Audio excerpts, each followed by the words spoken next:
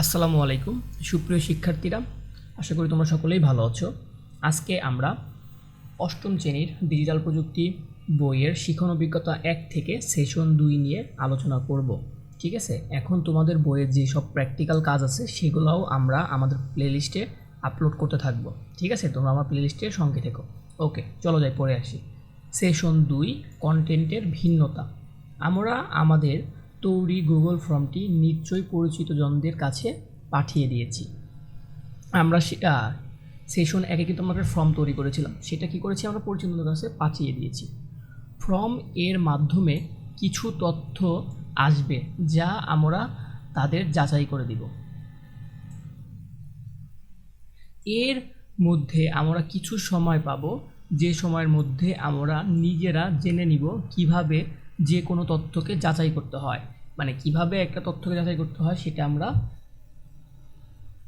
জেনে নিব। ঠিক আছে, এখন অনেক সময় কোনো কন্টেন্টের উদ্দেশ্য বুঝতে ভুল করলে কোনো তথ্য আমাদের কাছে ভিন্ন অর্থ তৈরি করতে পারে। মানে কোনো একটা কন্টেন্টের উদ্দেশ্য যদি আমরা বুঝতে না পারি তাহলে তার অর্থ আমাদের কাছে ভিন্ন হতে পারে। ঠিক আছে, ভিন্ন অর্থ তৈরি করতে পারে।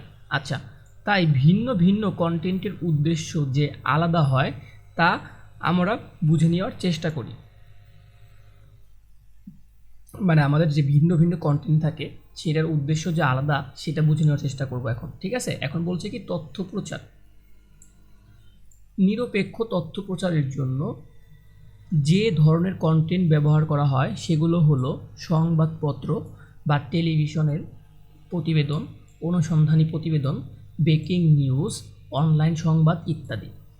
ঠিক আছে, এখন বিনোদনের জন্য কী করা হয়, কোনো নির্দিষ্ট লক্ষ্য দলকে উদ্দেশ্য করে বিনোদনমূলক প্রচারণার উদাহরণ হতে পারে নাটক, চলচ্চিত্র, ছবি, গান, খেলা ইত্যাদি। এখন দেখো তো সচেতনতা তৈরি, এটাই কি হতে পারে, সচেতনতামূলক নাটক, তারপরে কি গান, বক্তব্য, বিবৃতি, প্রজ্ঞাপন যা নির্দিষ্ট জনগোষ্ঠীকে সচেতন করতে ব্যবহৃত হয়। এখন হচ্ছে মতামত প্রদান। পত্রিকার পাঠকের চিঠি, সাধারণ মানুষের সাক্ষাৎকার, ব্লগ বা ব্লগের নিজের মতামত ও সামাজিক যোগাযোগ মাধ্যমে প্রচারিত ব্যক্তিগত মতামত।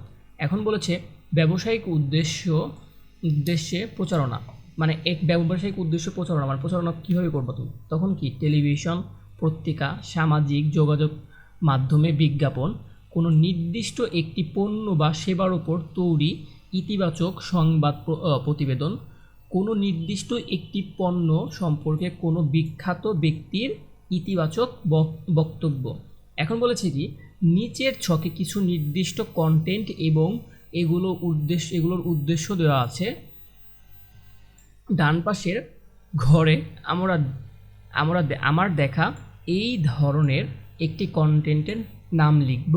এখানে আমাদের একটি ছক দেওয়া আছে এবং ছকে কয়টা কলাম আছে, 3টা। এটা একটা কলাম, এটা একটা কলাম, এটা একটা কলাম। প্রথম কলামটার নাম কি, কন্টেন্ট, এখানে কন্টেন্টের নাম দিয়েছে এবং এটার উদ্দেশ্যটা কি সেটা দিয়েছে। আর এইখানে কি এরকম একটি কন্টেন্টের উদাহরণ লেখা।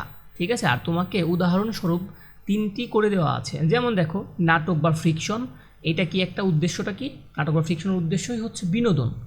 যেমন একটু নাম দিয়েছে কি সংসপ্তক। সংসপ্তক কি জানো, সংসপ্তক একটা নাটক। তোমরা যদি সংসপ্তক লিখে ইউটিউবে সার্চ দাও পেয়ে যাবে একটা নাটক। ঠিক আছে, এটা হচ্ছে শহীদুল্লাহ কায়সারের একটি নাটক বা উপন্যাস। ওকে, চলচ্চিত্র, এটা মানে কি বিনোদন। চলচ্চিত্র এর একটা বিনোদনের উদ্দেশ্যটা কি, বিনোদন। কি একটা কন্টেন্ট দিয়েছে কি, গরিলা, এটা কিন্তু তোমাদের বইতেই দেওয়া আছে এই 3টা, তাই না? তারপর আরেকটা জনসচেতনতামূলক ঘোষণা, পাবলিক সার্ভিস অ্যানাউন্সমেন্ট। ঠিক আছে, এটার উদ্দেশ্যটা কি, সাধারণ জনগণকে সচেতন করা, যেমন পোলিও টিকা। বুঝতে পেরেছি। এখন তোমাকে আরও কিছু দিয়েছে কন্টেন্ট এবং উদ্দেশ্য, যেমন সংবাদ, প্রতিবেদন এবং তথ্য প্রচার এবং সচেতন করা। এই বাকি কলামগুলো তোমাকে হচ্ছে পূরণ করতে হবে। তোমাদের সুবিধার্থে আমি সেই কলামগুলো পূরণ করে রেখেছি, চলো যাই দেখে আসি। দেখো, এখন সংবাদ, প্রতিবেদন, তথ্য প্রচার এবং সচেতন করা। ঠিক আছে, যেমন ঢাকায় ভয়াবহ অগ্নিকাণ্ড। ঠিক আছে, তারপরে পত্রিকার সম্পাদকীয়, তথ্য সমৃদ্ধ বিশেষজ্ঞ ও মতামত প্রদান প্রচার, বর্তমান শিক্ষা ব্যবস্থা, ঠিক আছে। তারপর টেলিভিশন টক শো, এবং এটার উদ্দেশ্য কি, কোনো বিষয়ে বিশেষজ্ঞ ও অভিজ্ঞদের আলোচনা এবং বিতর্ক। যেমন এটা নাম দিয়েছি কি বলতো, এটা একটা উদাহরণ হতে পারে আজকের আলোচনা। আচ্ছা, গান, গান দিয়েছি কি বলতো, বিনোদন। গান একটা কি, উদ্দেশ্যটা কি, বিনোদন। যেমন গানের নাম দিয়েছি কি, মেঘের দেশ।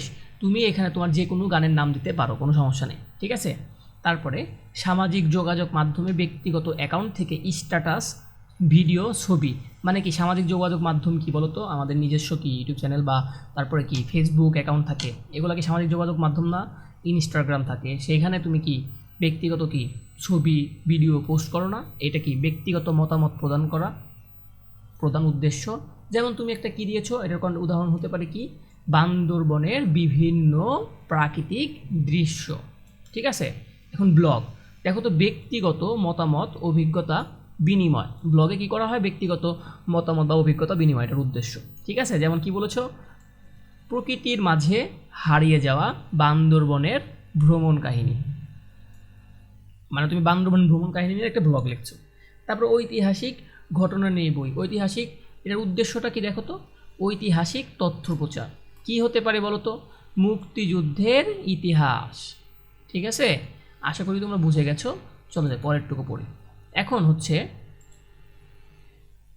আমরা কোনো তথ্য নেওয়ার ক্ষেত্রে কন্টেন্টের উদ্দেশ্য বুঝে তথ্য নিব, তা না হলে আমাদের ভুল তথ্য নেওয়ার সম্ভাবনা থাকে। মানে আমাদের যে কন্টেন্টের সেটা উদ্দেশ্যটা কি, সেটা আগে জেনে তারপরে আমরা তথ্যগুলো নিব, ঠিক আছে। যেমন আমি যদি খুঁজতে চাই বাংলাদেশের বর্তমান বৈদেশিক মুদ্রার রিজার্ভ কত, আমরা নিশ্চয়ই বাংলাদেশ ব্যাংক এর ওয়েবসাইটে গিয়ে অনুসন্ধান করব বা বিশ্বাসযোগ্য কোনো সংবাদ মাধ্যমে খুঁজব। কোনো বিজ্ঞাপন, কৌতুক কিংবা এই বিষয়ে ধারণা নেই এমন কোনো ব্যক্তির সামাজিক যোগাযোগ মাধ্যমের স্ট্যাটাস দেখব না, ঠিক আছে। আচ্ছা, এখন কি বলেছে, এবার তাহলে আমরা তথ্যের অনুসন্ধানের ক্ষেত্রে ভুল উৎস ও সঠিক উৎস কি তা নিজের আলোচনা করে বের করব, তা নিজেরা কি করব, আলোচনা করে বের করি, এবং সবাই মিলে শিক্ষকের নিজেদের মতামত বলবো। তোমাদের মধ্যে একজন এই পয়েন্টগুলো বোর্ডে লেখার দায়িত্ব নিতে পারো। বোর্ডে লেখা পয়েন্টগুলো বইতে নিচের ছকে লিখে নিতে পারো। এখন বলেছে কি দেখো তো, এই যে এইখানে একটা ছক দেওয়া আছে, তিনটা কলাম। একটা কলামের নাম কি বলো তো, প্রয়োজনীয় তথ্য। দ্বিতীয় কলাম কি, সম্ভাব্য ভুল উৎস, 1 বা 2টি উত্তর লিখবে, ঠিক আছে। আর সম্ভাব্য সঠিক উৎস, 1 বা 2টি উত্তর লিখবে। তোমাদের উদাহরণস্বরূপ তোমাদের বোঝার সুবিধার্থে একটা করে দেওয়া আছে, যেমন কি, বাংলাদেশের বর্তমান বৈদেশিক মুদ্রার রিজার্ভ কত। এটা সম্ভাব্য ভুল উৎস, মানে কোথা থেকে তুমি ভুল উৎস জানতে পারবে, এটাকে জানতে পারবে কখনো নাটক থেকে, কখনোই না, এটা ভুল উৎস। যেমন লিখেছে কি, নাটক, সামাজিক যোগাযোগ মাধ্যমের ব্যক্তিগত মতামত, ঠিক আছে। কিন্তু এটা সম্ভাব্য সঠিক উৎস, মানে তুমি কোথায় গেলে জানতে পারবা বলো তো, সেটা সঠিক উৎস হচ্ছে বাংলাদেশ ব্যাংকের ওয়েবসাইট বা বিশ্বাসযোগ্য সংবাদ মাধ্যম। আর এই যে তিনটা কলাম বাকি, ছক বাকি আছে, এগুলো তোমাদের করতে হবে। আমি তোমাদের সুবিধার্থে সেটাও করে রেখেছি, চলো যাই দেখে আসি। এই দেখো, পুঁই শাকে কী পুষ্টিগুণ রয়েছে সেটার সম্ভাব্য ভুল উৎস কোথায় বলো তো, সবজি বিক্রেতা। যিনি সবজি বিক্রি করেন তিনি কি খুব বেশি জানেন এই বিষয়ে, মানে পুঁই শাকে কতটুকু আছে বলো তো, জানে না। তারপরে কারো ব্যক্তিগত মতামত, এটাও হতে পারে না, তাই না, এটা ভুল উৎস। কিন্তু সঠিক উৎস কোনটা বলো তো, পাঠ্য বই, আমাদের পাঠ্য বই হতে পারে। তারপরে কৃষি বিষয়ক ওয়েবসাইট বা কৃষি পুষ্টি বিষয়ক ওয়েবসাইটে গেলে আমরা কি এই তথ্য পেয়ে যাব, পুঁই শাকে কী পরিমাণ পুষ্টি রয়েছে, ঠিক আছে। তারপরে সরকারের পক্ষ থেকে শিক্ষার্থীদের কোনো শিক্ষাবৃত্তি দেওয়া হয়েছে কি না, এটার ভুল উৎস কোথায় বলো তো, সামাজিক যোগাযোগ মাধ্যম, এটা ভুল উৎস। তারপরে আমাদের প্রতিবেশী, আমাদের এটা সঠিক উৎস হচ্ছে প্রধান শিক্ষক। আমাদের প্রধান শিক্ষকের যে আমরা যদি বলি সরকারের পক্ষ থেকে শিক্ষার্থীদের কোনো শিক্ষাবৃত্তি দেওয়া হয়েছে কি না, তখন তিনি ভালো জানবে, তিনি বলবে হ্যাঁ বা না, তাই না। আর না হলে সরকারি কোনো ওয়েবসাইটে আমরা জানতে পারবো। তারপরে বলেছে দেখো তো, কোন কনফিগারেশনের কম্পিউটার কিনলে আমি গ্রাফিক্স ডিজাইনের কাজ করতে পারবো। এখন এটার ভুল উৎস কী বলো তো, কে দিবে, সহপাঠী বা পরিবারের সদস্য যারা জানে না, ঠিক আছে, এই বিষয়ে।